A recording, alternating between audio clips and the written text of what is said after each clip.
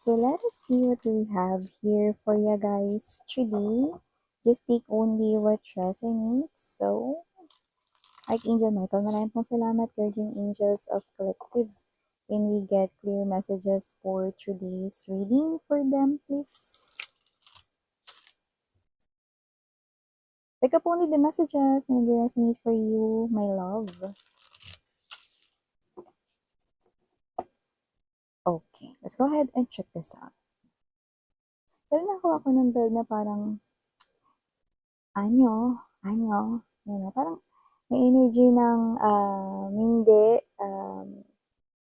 hindi iyon, ayan o, parang may ganun. Well, nalaman din natin yung ibang detalye niyan. Okay? O kaya, ani ko dun, hindi ganun. Yan.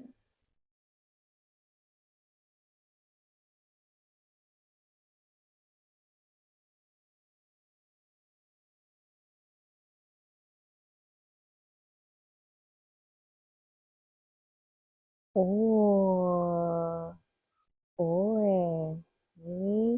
Alam mo, ibig sabihin nun, no, sa Korean, misunderstanding. So, nakikita natin dito, no, na kung sino man tong energy na ito, no, okay, siya ay nakikita ko, no, as someone rito, no, na nababagabag, okay, pero pinaka, parang nakukuha ko ritong word, no, ay balisa, no? Balisa siya dito, mga babes, no? Kasi ayaw niya dito na magkaroon ng uwe or misunderstanding. Ayaw niya na mamali yung intindi mo dito. Ayan, no? 'Di ba?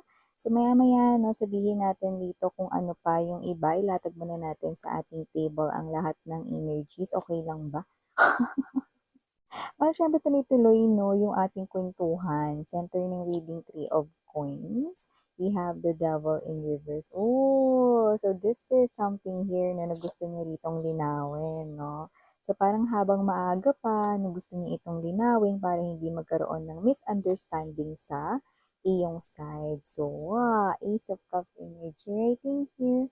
Bottom of the deck, we have here the Five of Wands, the Eight of Coins now, and the Seven of Coins sa bottom ng ating deck.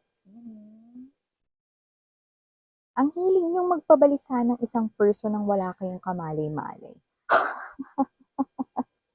Ano na naman ginawa niyo?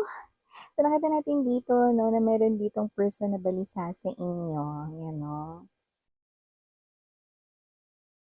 Kakaisip rito sa isang specific na situation, no? Wala tayo ditong time period, pero maaaring ito ay tapos na sa iba. Sa iba nangyayari na ngayon, sa iba mangyayari pa lang. Kaya naman, just take only what resonates. No? Pero balisa siya dito. No? Alam niyo, dalawa yung energy na napipick up ko rito. Just take only what resonates, no? Okay, dalawang energy na maaaring ito ay new person, no? Na ayaw niya rito magkaroon ng misunderstanding sa inyong dalawa dahil posible kasi na itong tao na 'to 'no, ay medyo ma-appeal 'no, or malakas ang kanyang charm 'no. So, puwedeng siya ay, maraming nagkakagusto sa kanya, or baka siya ay charming 'no, or baka may mga nagkaka-crush sa kanya, yan nakikita ko rito 'no, at may mga lumalapit rito sa kanya 'no. So, whatever the case may be, maaaring makita mo rito 'no, na parang kausap niya rito yung iba, yan 'no. Pero ito, new person 'to, walang namamagitan sa inyo. At sa pangkalahatan, wala pa itong confession na ginagawa na gusto ka niya 'no. Pero maaaring meron ditong sitwasyon na magti-trigger na parang gusto niya ritong kausapin ka at magpaliwanag sa'yo 'no. Parang gusto niya rito 'no, na gano'n ang gawin niya kasi nakita ko rito that with the Three of Coins energy, gusto niya rito 'no, na ma-clear ano man yung nakita mo 'no. So either eto ka 'no, na nakita mo siya 'no, na meron siya ritong inaalalayan, or baka naman meron ditong parang muntik ng madulas 'no, sinalun niya lang 'no, or inalalayan niya lang 'no. So nakita mo dun sa akto na parang merong namamagitan sa, person na ito at sa kung sino yung nandudun sa kanyang paligid, 'yan. So nakikita natin dito na kung sino 'tong energy na ito. Lumalabas rito, mga babes 'no, na gusto niya magpaliwanag 'no, na wala lang daw yun, ayan 'no, wala lang daw yun, walang namamagitan sa kanila nun 'no. Pero parang ikaw, maaaring magtaka ka, bakit nagpapaliwanag 'to sa'kin? Tsaka ano naman, paano naman sa'kin kung makita ko yun, ano naman kung isipin ko? 'Yan 'no, parang bahala na nga, ano ba nangyayari rito, 'yan 'no. Parang maguguluhan ka pa nga rito, bakit nagpapaliwanag siya sa'yo 'pag kinausap ka niya 'no, ba't niya ini-explain, 'di ba, yung bagay na hindi naman kailangan i-explain lalo na kung wala namang meron sa inyong dalawa, wala namang namamagitan 'no. Andito ka na nagtataka ka kasi wala namang confession na binanggit niyang tao na 'yan sa'yo, na gusto ka niya, 'di ba? Tapos ba't siya nagpapaliwanag dito, bakit niya sinasabi na baka ma-misunderstand mo, 'di ba? 'Yan, 'di ba? At yung iba naman 'no, maaaring ito ay ang inyo rito 'no, na person na talaga, ayan 'no.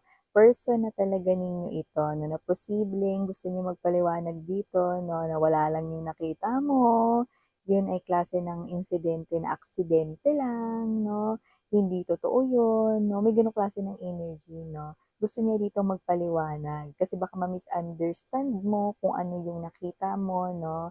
At yung iba 'no, baka magalit kayo, ayan 'no. So whatever the case may be, gusto ng taong ito ma-case close kung ano man rito yung bagay na posibleng mag-cause ng misunderstanding dito, ayan 'no. So puwedeng ang ka-deal ninyo ay ang person ninyo, naka-connect niyo na nga talaga in a heart space level at sa iba naman ay puwedeng new person 'no, dito na gustong magpaliwanag sa isang sitwasyon 'no, na hindi mo alam bakit niya gustong magpaliwanag, 'di ba?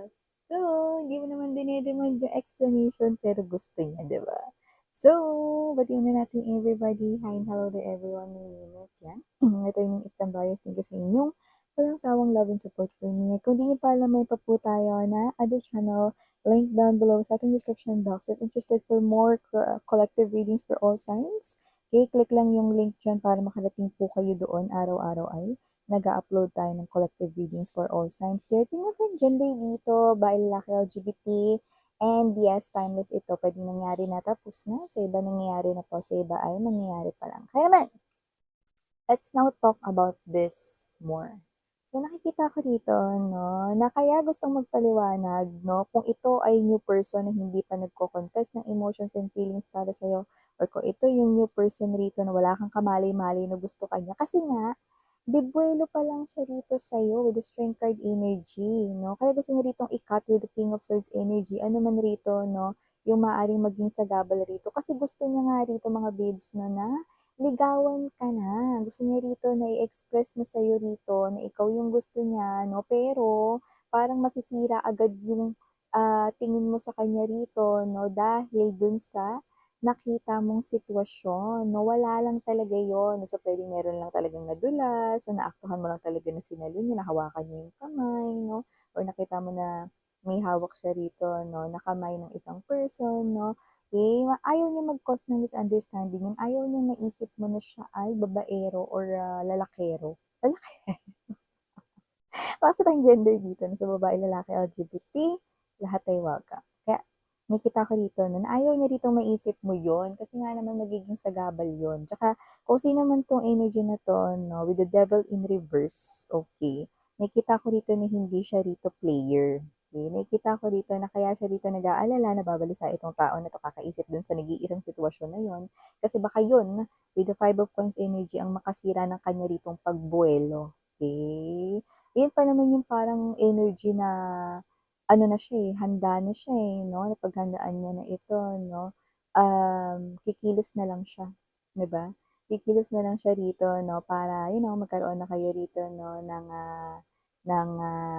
malinaw na intensyon niya para sa'yo, okey, para malaman mo yun 'no, pero may ganitong klase ng insidente 'no, sa dami-dami naman ng makikita mo, yun pang parang sitwasyon na parang may dine-date siyang iba, pero wala. Wala mare, ikaw lang gusto nito 'no, kaya lang nag-aalala siya rito kasi nga baka maisip mo rito, "Ay meron na siyang ibang nililigawan tapos liligawan niya ako, ano 'to, player ba siya?" You know, 'di ba? Ayaw niya mag-isip ka ng gano'n, 'di ba? So yun yung iniiwasan niya rito kaya gusto ka niya ritong kausapin, kakausapin ka nito kasi nababalisa siya rito. Hmm, ito yung dahilan kung bakit mga babes 'no, hindi pa siya nagpapalit ng punda. Kakaisip niya dito sa sitwasyon na 'to, hindi na nakakapag-general cleaning ng kwarto niya, 'di ba? So, kung sino man 'tong energy na kinikita natin dito 'no, na itong person na 'to ay gustong ayusin yung bagay na puwedeng makasira 'no, sa kanya ritong diskarte sa'yo. Wala tayong gender ha, by lalaki, LGBT lahat ay welcome. At kung ito naman ay ang person mo na rito 'no, na ngayon ay hindi mo pinapansin 'no, at outside do Kulambo pa rin siya. Or dun pa rin siya sa sahig natutulog 'no, or sa couch or sa sofa na dahil hindi mo siya pinapansin dahil sa isang insidente or sitwasyon na nakita mo na maaaring iniisip mo na siya ay may iba, may ibang babae, may ibang lalaki 'no. Wala, opso, okey? We have here this devil in reverse na nakita ko rito na yung person mo na is just in-approach niya yung someone because kailangan 'no, at nakita ko rito yung mga nahagip kong energies 'no, kayo yung mga low-key lang pero mga seloso't selosa kayo. Paano na sa inyong low-key na seloso't selosa pala? Yung mga tipong ano, hindi ako nagseselos, bahala ka diyan, kumain ka mag-isa." Hindi ako nagseselos pero hindi ka na niya kinakausap, so ganun na yung peg mo 'no. So ganyan yung mga galawan ng mga nakuha kong energies ngayon, yung low-key ka lang pero selosa ka, 'no mare? Okey lang yan, atin-atin lang naman. So yung nakita ko rito 'no, so nakita ko rito na gusto magpaliwanag ng person mo, nababalisa siya rito, kakausapin ka niya, pero parang walang nakakalusot rito ng mga words dito sa'yo 'no, kasi nga galit ka, 'no. Pero yun nga, this is just a misunderstanding. Mahal ka ng person mo, okey? So mapan yung person o person mo man ito, gusto ka nilang kausapin kasi nababalisa sila, gusto nilang maitama rito yung posibleng maging maling intindi mo. Five of Wands energy, no, siguro yung person ninyo may itsura, no? Kasi yung iba dito medyo popular sa mga kababaihan sa paligid niya. So, pwede nga may itsura ang person mo attractive, ganyan. And nakikita ko rito, no, na with the Eight of Pentacles energy and the Seven of Pentacles, no, kahit na ganun man yung sitwasyon, okey, ang taong ito ang focus lang niya ay ikaw. Sa'yo lang niya rito gustong mag-invest 'no, iyong-iyo lang daw siya, yes. Kaya kahit may mga matang nakatingin sa kanya, ang mga mata niya mare, sa'yo nakatingin. 'Yan o, ating gender pare LGBTQs, welcome rin kayo. Yan, see? So, sabi ko sa inyo, okey naman siya 'no, okey siya rito when it comes to your relationship, your connection 'no. Okey? At itong tao na 'to, pansinin mo na. Sa mga nagtataka or magtataka kung new person man ito na walang pag-confess, kaya siya nagpapaliwanag sa'yo kahit hindi maintindihan bakit, anong anong meron, bakit siya nagpapaliwanag sa'kin, 'yan 'no. Maintindihan niyo rin 'yan kasi magko-confess na siya rito, moves na siya rito sa inyo, okey? At do'n naman sa mga person ninyo, kausapin mo na, papasukin mo na 'yan sa kulambo. Kasi nakikita ko naman dito na faithful siya sa'yo rito, okey? Tinulungan niya lang kung sino man yun or in-approach niya lang kasi puwedeng, may kailangan or may tinanong 'no, pero dahil clumsy si girl 'no, or kung sino man yung person na yun 'no, puwedeng naaktuhan mo, nahawak yung kamay pero baka kasi matutumba kaya nahawakan yung kamay, nilalayan yung balikat, mga gano'n. Lalang niyo, okey? Pero yan talaga yung mga nakakabwisit na mga ano, sitwasyon, eh. Oh, sa dinami-dami ng makikita mong sitwasyon, bakit hindi mo nakita yung pagkadulas sana, 'di ba? Pero yun nga 'no, nakita ko dito na yung person mo ay hindi player at faithful sa'yo. Okey? So, tapusin na yang ganyan na misunderstanding mga mare 'no, magbati na kayo. So, initials, we have here capital letter E, capital letter J. Oh, EJ! Baka EJ ka, just take only what resonates. We also have here C. Oh, CJ, ano, or just take only what resonates. Okay. We also have here capital letter M, capital letter L, capital letter S, and capital letter G, capital letter R, and capital letter P. For small letters, we have B, C, Y, T, and last but not the least, D, as in dog. So, ito yung mga messages right here for you guys. So, ganun yung na on me. Sarang hair, love, and light. Anya.